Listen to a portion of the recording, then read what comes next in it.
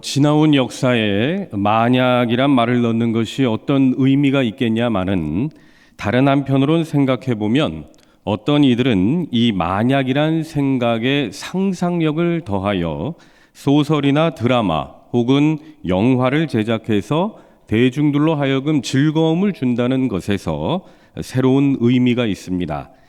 예컨대 조선시대 광해군 때 15일간의 승정원 기록이 사라진 것을 두고 어떤 이는 만약 광해를 닮은 광대가 이 나라를 통치했더라면 어땠을까 하는 생각을 가지고 영화 광해를 개봉해서 무려 1,000만 관객을 이끌었습니다.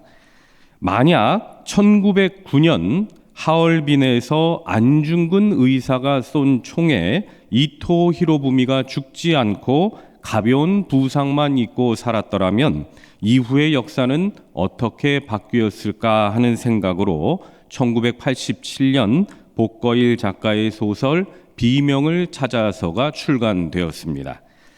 이 책에서는 실제 역사와는 달리 이토 히로부미가 죽지 않고 오래 살게 되면서 그 이후에 이어지는 역사를 작가의 상상력을 통해서 흥미진진하게 이끌어 가는데요. 이를 대체 역사라고 합니다. 그 소설에 의하면 일본은 만주국과 우리나라를 지배하게 되고 미국과 러시아의 뒤를 이어서 세 번째로 강대한 나라로 군림합니다. 우리나라는 1910년 일본에 의해서 강제 병합되고 1940년대 말까지 조선어와 조선의 역사를 완벽하게 말살당합니다. 그리고 대략 2세대가 지나간 현재의 사람들은 자신들이 일본인이라는 생각을 가지고 살아갑니다. 그도 그럴 것이 일본인들이 조선의 모든 역사를 지우고 민족의 언어까지 말살시켰기 때문에 당시 사람들은 그 어디에서도 자신들이 조선의 민족 사람들이란 자료를 찾아볼 수가 없었습니다. 그러던 어느 날 소설의 주인공은 우연히 어떤 책을 한 권 발견하게 되고 그것을 읽는데 그는 그 책을 통해서 조선이 일본과는 전혀 다른 나라이며 유구한 역사를 가진 나라였다는 것을 알게 됩니다. 이후에 주인공은 숨겨진 조선의 역사를 찾기 위해서 고군분투하는데요. 그렇게 주인공은 여러 우여곡절을 겪은 후에 상해에 있는 대한민국 임시정부를 찾아가면서 이 소설은 막을 내립니다. 여러분, 이 시간에 우리가 잠시 생각해 보고자 하는 것은 만약 정말 이 소설과도 같이 만약 우리가 독립을 이루지 못하고 여전히 일제시대에 살고 있었더라면 우리는 지금 어떤 모습으로 살아가고 있을까요? 다른 것들은 다 차치하고라도 우리가 지금 이렇게 모여서 예배하는 것이 과연 가능했을까? 우리가 이렇게 마음껏 찬양도 드리고 봉사도 하는 것이 과연 가능했을까? 그런데 그러한 것이 정말 사실이 되고 실제 역사가 되어 하나님께 예배하는 것, 봉사하는 것, 찬양하는 것조차 제한되었던 나라가 있습니다. 바로 이스라엘입니다. 당시 이스라엘은 하나님의 선택을 받은 백성이라 하여 선민이라 불렸음에도 온전히 하나님을 예배하고 찬양할 수가 없었습니다. 왜냐하면 그들은 바벨론의 포로로 잡혀가 있었기 때문입니다.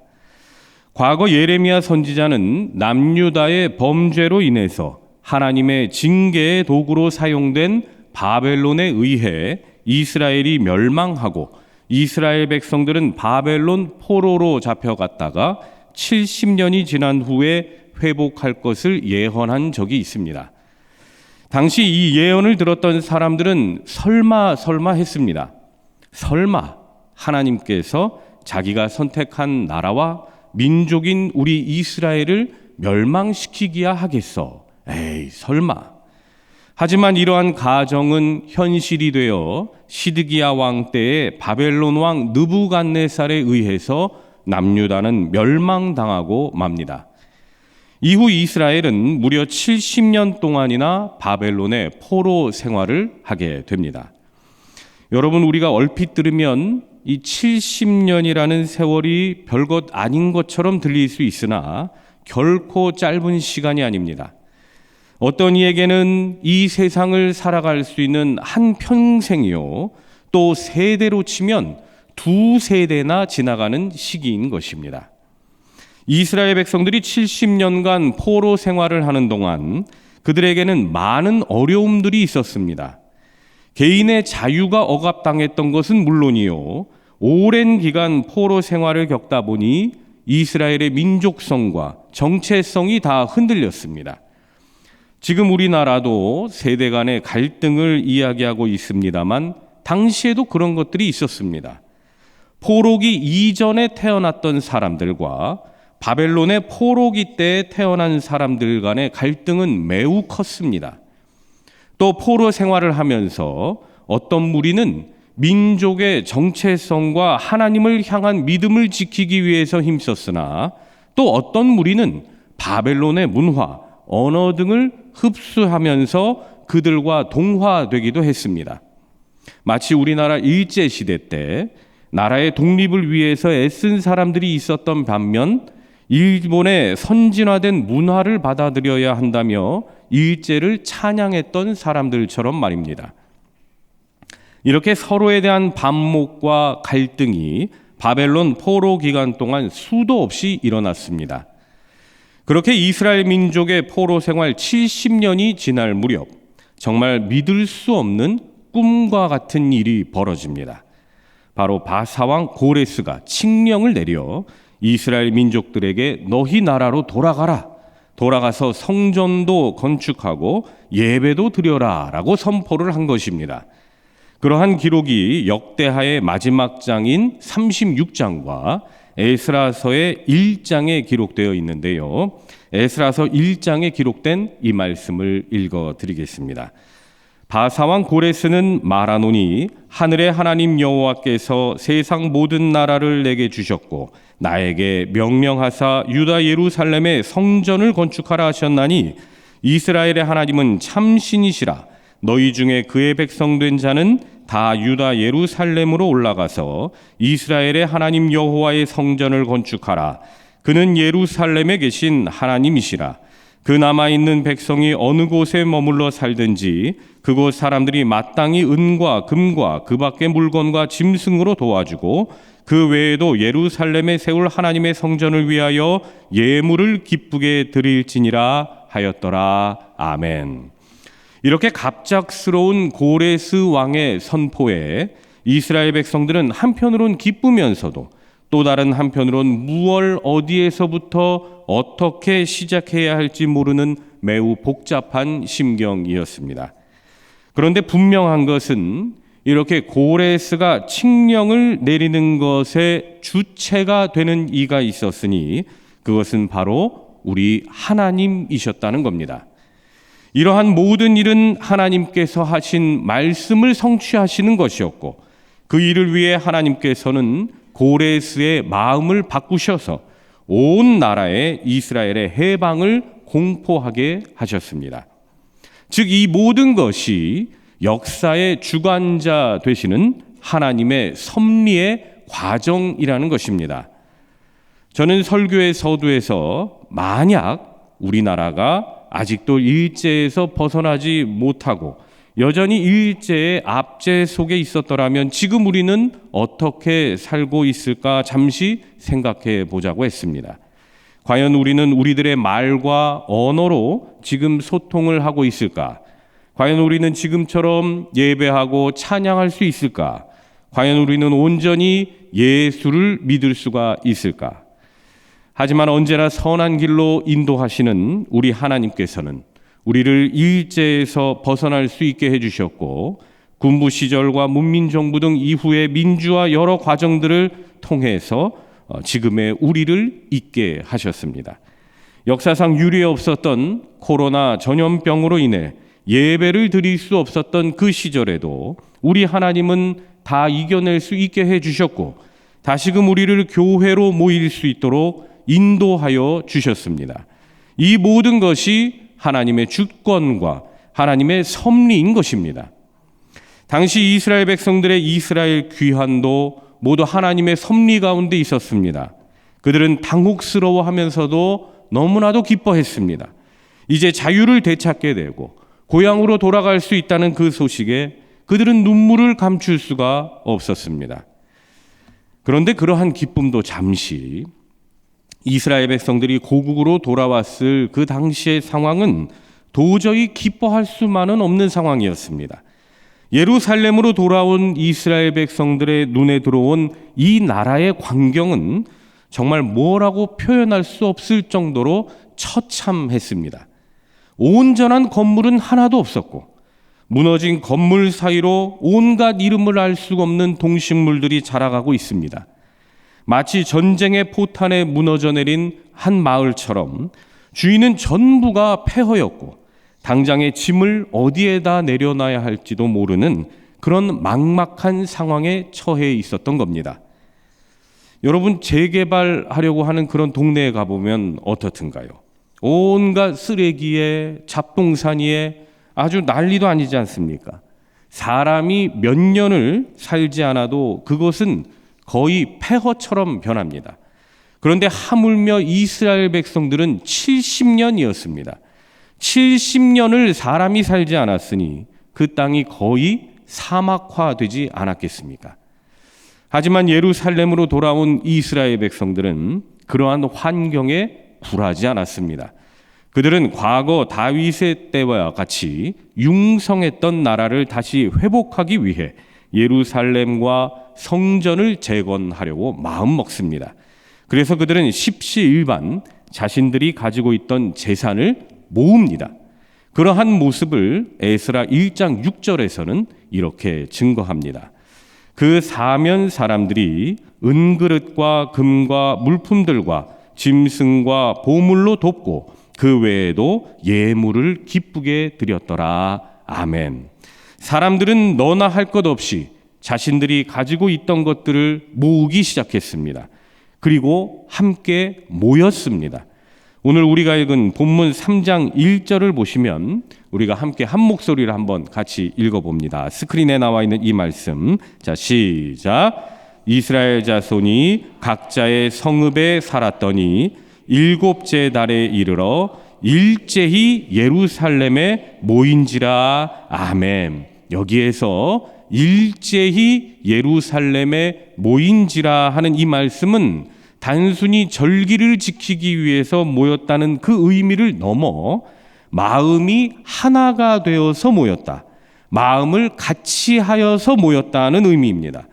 즉 이스라엘 백성들 모두는 자신들의 죄를 용서하시고 이제 약속의 땅으로 돌아오게 하신 우리 하나님께 감사하는 그 한 가지 마음을 가지고 이 예루살렘의 재건을 위해서 지금 함께 모였다는 것입니다. 그렇게 모인 이스라엘 민족들이 가장 먼저 한 일이 무엇이었을까요? 누구를 예루살렘 재건위원장으로 세울까를 논의했을까요? 어떻게 성전을 다시 지을까 그것을 회의했을까요? 아닙니다. 그들이 만사 제쳐두고 가장 먼저 한 일은 제단을 만들고 초막절을 지켰던 것입니다. 본문 2절 상반절과 4절의 상반절입니다. 요사닥의 아들 예수아와 그의 형제 제사장들과 스알디엘의 아들 스룹바벨과 그의 형제들이 다 일어나 이스라엘 하나님의 제단을 만들고 4절 기록된 대로 규례대로 초막절을 지켜. 아멘.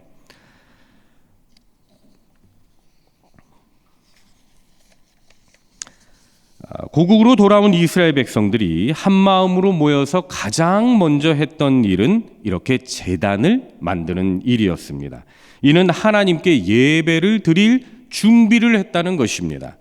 이스라엘 백성들은 폐허로 변해버린 예루살렘의 성전터에서 70년이나 무너져 있었던 이 예배의 단을 쌓으면서 참회의 눈물을 흘릴 수밖에 없었습니다. 그리고 그들은 초막절을 지켰습니다. 이 초막절이란 우리 하나님께서 이스라엘 백성들을 애굽에서 해방시키시고 광야에서 40년간 연단시키시며 가나안 땅으로 인도해 들이신 그 사건을 기념하는 절기인데요. 포로에서 귀환한 이스라엘 백성들은 과거 자신의 조상들처럼 자신들을 바벨론에서 연단시켰을 뿐만 아니라 해방시켜서 약속의 땅으로 돌아오게 하신 우리 하나님께 감사하면서 이 초막절을 지켰던 것입니다. 이렇게 그들은 비로소 하나님께 예배를 드렸습니다. 본문 6절 상반절입니다. 일곱째 달 초하루부터 비로소 여호와께 번제를 드렸으나 아멘.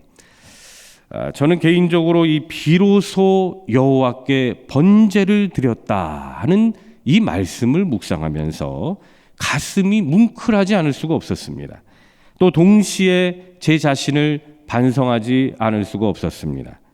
70년간 자유가 억압된 채로 포로의 삶을 살면서 예배를 드리고 싶어도 드릴 수가 없었던 그 이스라엘, 마음껏 하나님을 소리 높여서 찬양하고 싶어도 노래할 수 없었던 그 이스라엘, 그들의 마음에 맺힌 상처와 서름의 시간이 이 비로소 여호와께 번제를 드렸다는 이 한 구절이 다 날려주는 듯했고, 그 감격의 예배를 드릴 때의 그 모습을 상상해 보면 정말 무어라 표현할 수 없을 정도로 얼마나 기뻤을까 하는 생각에 마음이 뭉클해졌습니다. 군대 얘기를 해서 죄송합니다만 대한민국에 살아가는 남자들에게 있어서 이 자유가 억압되는 곳이 바로 이 군대입니다. 그래서 그런지 군대에 가면 사람이 얼마나 간절해지는지 모릅니다. 훈련소에 있을 적인데요, 주일이 되면 훈련생들에게 종교 활동을 할 수 있도록 시켜줍니다. 훈련생들은 각자의 종교에 맞춰서 어떤 이들은 가톨릭으로, 어떤 이들은 불교로, 또 어떤 이들은 교회로 가는데 저는 당연히 교회를 갔더랬습니다. 고된 훈련을 마치고 드디어 주일을 맞이해서 교회를 갈 때의 그 설레임을 아직도 잊지를 못합니다. 여러분, 군대에서 예배를 드릴 때, 특히 이 훈련소에서 예배를 드릴 때 그 모습이 어떨 것 같습니까? 난리도 그런 난리가 없습니다. 머리를 빡빡 깎은 그 청년들이 이 앞에서 찬양이 나오면 이 의자에 올라가서 춤을 추고 박수를 치고 소리를 지르면서 막 찬양을 합니다. 또 기도하는 시간에는 여기저기 훌쩍훌쩍 거리면서 닭똥 같은 눈물을 뚝뚝 흘리는데 아주 울고불고, 또 물론 설교 시간에는 조금 졸기도 하면서 그렇게 예배를 드리는데, 저는 당시에 생각했던 게 지금처럼만 이 사람들이 사회에 나아가서 예배를 드린다면 아마 이 세상은 다 뒤집어질 것이다, 이런 생각을 했습니다. 지금도 잊혀지지 않는 친구가 한 명 있습니다. 그 친구는 어느 날 기독교의 세례식에서 주는 이 목걸이를 목에 차고 있었습니다. 주위 사람들이 이상하게 여기면서 너 왜 이거 차고 있느냐? 너 원래 불교 아니냐? 그랬더니 그 친구 하는 말이 자기가 원래 불교인데 교회에서 세례를 받으면 이 십자가 목걸이를 준다길래 그걸 받고 싶어서 교회에서도 세례를 받았다는 것입니다. 마음이 불안하니까 자기가 불교인지 뭔지 다 상관이 없는 겁니다. 자기 몸에 이 십자가라도 지니고 싶어서 그 사람은 그랬던 겁니다.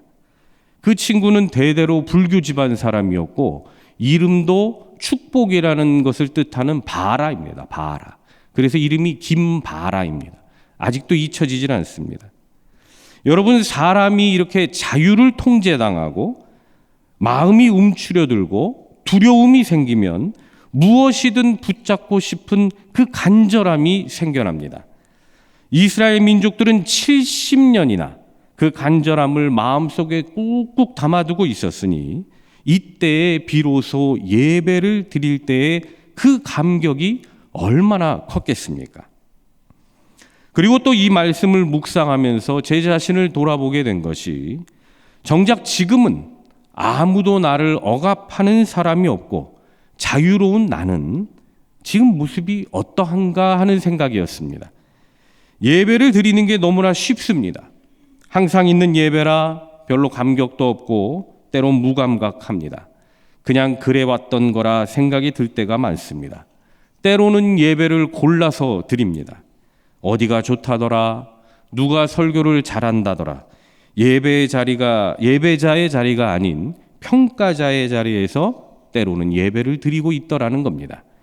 그런 나 자신이 정말 하나님을 예배하는 자였던가?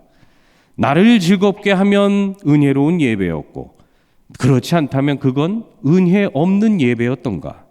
그렇다면 예배의 대상이 누구였던가? 나인가? 하나님인가? 생각을 해보게 된 것입니다. 다시 한번 그 감격을 되찾을 수 없을까? 다시 한번 그 감동을 느껴볼 수는 없을까? 하나님을 느끼며 하나님을 만나는 그 예배를 다시 한번 드릴 수는 없을까? 이 자리에 함께 계신 우리 교우님들은 어떠신지요? 한 번의 예배를 드려도 정말 우리 하나님께 드리는 예배, 주님의 사랑에 감격하는 그 예배, 주님의 은혜에 감사하는 예배를 드리고 계신지요? 바라옵기는 오늘 예배하는 저와 우리 모든 교우님들은 비로소 여호와께 번제를 드렸던 이 이스라엘의 그 감격적인 예배를 온전히 회복할 수 있기를 바랍니다. 예루살렘에 돌아온 이스라엘 백성들은 포로 생활에서 돌아와 예배할 때의 감격을 다음과 같이 노래합니다. 시편 126편입니다.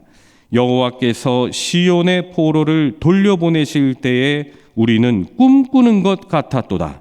그때 우리 입에는 웃음이 가득하고 우리 혀에는 찬양이 찼었도다. 그때 문나라 가운데에서 말하기를 여호와께서 그들을 위하여 큰 일을 행하셨다 하였도다. 여호와께서 우리를 위하여 큰 일을 행하셨으니 우리는 기쁘도다. 여호와여 우리의 포로를 남방 시내들 같이 돌려보내소서. 눈물을 흘리며 씨를 뿌리는 자는 기쁨으로 거두리로다. 울며 씨를 뿌리러 나가는 자는 반드시 기쁨으로 그 곡식단을 가지고 돌아오리로다. 아멘. 여러분, 이들의 이 감격적인 노래를 들어보십시오. 하나님께서 포로에서 이스라엘로 돌려보내실 때 그들은 마치 꿈꾸는 것 같았다고 노래합니다. 정말 믿을 수 없는 기적이 일어났습니다. 또 2절을 보시면 그때 우리 입에는 웃음이 가득하고 우리 혀에는 찬양이 찼었도다라고 고백합니다. 그들의 입에서는 기쁨과 감사의 찬양, 또 웃음이 절로 나올 수밖에 없었고, 하나님을 노래하는 그 찬양이 그 입술에서 저절로 흘러나오지 않을 수가 없었습니다. 당시 이들의 귀환을 지켜보던 다른 나라 사람들도 여호와께서 그들을 위하여 큰 일을 행하셨다고 말을 할 정도로 하나님을 믿지 않던 사람들마저도 하나님의 위대한 일을 찬양하고 고백했던 겁니다. 비록 주위의 이 상황을 둘러보면 아직 정돈되지 않았고 여전히 다시 복구해야 할 일들이 산재해 있었으나 이스라엘 백성들은 그저 이렇게 예배를 드릴 수 있다는 것, 그저 이렇게 찬양할 수 있다는 것에 감격하고 기뻐하였던 것입니다. 여러분, 이 말씀이 우리들에게 주는 도전이 무엇입니까? 이 시간 우리가 다시 한번 마음에 새겨야 할 생각은 무엇입니까? 이 세상의 그 어떤 것보다도 가장 우선되어야 하고 가장 먼저 되어야 하는 것, 그리고 우리가 성공해야 할 것은 바로 우리 하나님께 예배하는 것임을 말해주는 겁니다. 우리 주위의 상황이 어떻든, 그것이 일제의 압제 시대였든 군부의 총칼 앞에서든 전염병의 위협이든 그 어떤 상황에 처해 있든 가장 앞서야 하고 먼저 되어야 하는 것이 바로 예배라는 것입니다. 그것도 그냥 예배가 아니라 마음을 다하고 진심을 다하는 예배, 하나님이 감격하시는 예배, 전심으로 하나님만을 향하는 그런 예배를 우리는 하나님께 드려야 한다는 것입니다. 지금도 전라남도 목포에 가면 국가 등록 유산으로 지정되어 있는 양동교회라는 곳이 있습니다. 이곳은 전라남도의 최초의 교회로 알려져 있는데요. 대략 1898년에 선교사 유진벨에 의해서 목포에 설립되었고 목포에서 3.1 만세 운동의 중심지가 된 곳이기도 합니다. 이곳에서는 3.1 만세 운동 때 이경필 목사를 비롯해서 교인들이 시위를 준비하였고 3월 21일 목포 만세 운동을 주도했습니다. 하지만 당시 만세 운동에 참여했던 대부분이 체포되었고 교인이었던 서상술과 박상봉은 일제의 칼과 고문 후유증으로 사망하였습니다. 담임 목사였던 박연세 목사님은 일제의 신사참배에 항거하다가 투옥되어서 대구 형무소에서 순국하였습니다. 여러분, 이분들이 이렇게 목숨을 걸고 예배당을 세웠던 가장 큰 이유가 무엇이었겠습니까? 교회를 부흥하게 하려고요? 나라를 독립시키려고요? 아닙니다. 먼저는 하나님께 예배를 드리기 위해서였습니다. 그들은 하나님께 예배하기 위해서 일제의 강압 속에서도 교회를 세우고 교회를 지켜나갔던 것입니다. 멀리서 우리가 찾을 것도 없습니다. 우리 노량진 교회도 마찬가지 아닙니까?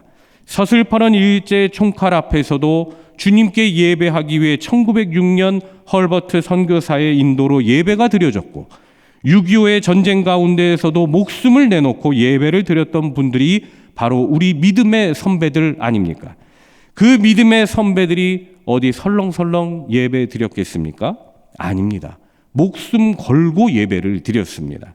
정말 예배할 수 없는 그러한 상황에서도 오히려 더 감격적인 예배, 더 감동 있는 예배를 비로소 하나님께 드릴 수가 있었던 것입니다. 우리 사랑하는 노량진의 교우 여러분, 이렇게 일제의 총칼 앞에서도 예배하기 위해 목숨을 바쳤던 믿음의 선배들의 모습처럼 우리 안에도 주님을 향한 감격 있는 예배를 드리기를 바랍니다. 우리 주님 말씀하시기를 예배하는 자는 영과 진리로 드려라 라고 말씀하셨습니다. 이는 우리들의 영적인 것, 우리들의 주님을 아는 지식, 우리들의 인생, 이 모든 것을 담아서 너 자신을 하나님께 온전히 예배하라는 의미입니다. 아무쪼록 이 시간 함께 예배한 저와 여러분들은 우리 주님께서 감동하시는 예배, 우리 하나님을 향한 감격 있는 예배를 드릴 수 있는 믿음의 예배자들 다 되실 수 있기를 주님의 이름으로 축원합니다. 기도하겠습니다. 예배받기에 합당하신 우리 주님, 이 시간 우리 주님만을 높여드리고 주님만을 찬양합니다. 지난날 반복되는 예배, 똑같은 예배라 생각하여 온전히 하나님께 예배하지 못했던 때를 회개합니다. 단 한 번 예배를 드리더라도 마음을 다하고 뜻을 다할 수 있도록 성령님 우리를 인도하여 주시고 일제의 억압 속에서도 믿음을 지켜나갔던 믿음의 선배들을 이 시간 회고하면서도 우리도 그 믿음의 유산을 잘 이어받아 우리 하나님께 감격의 예배를 비로소 드릴 수 있도록 우리의 마음을 새롭게 하여 주시옵소서. 예수님의 이름으로 기도합니다. 아멘.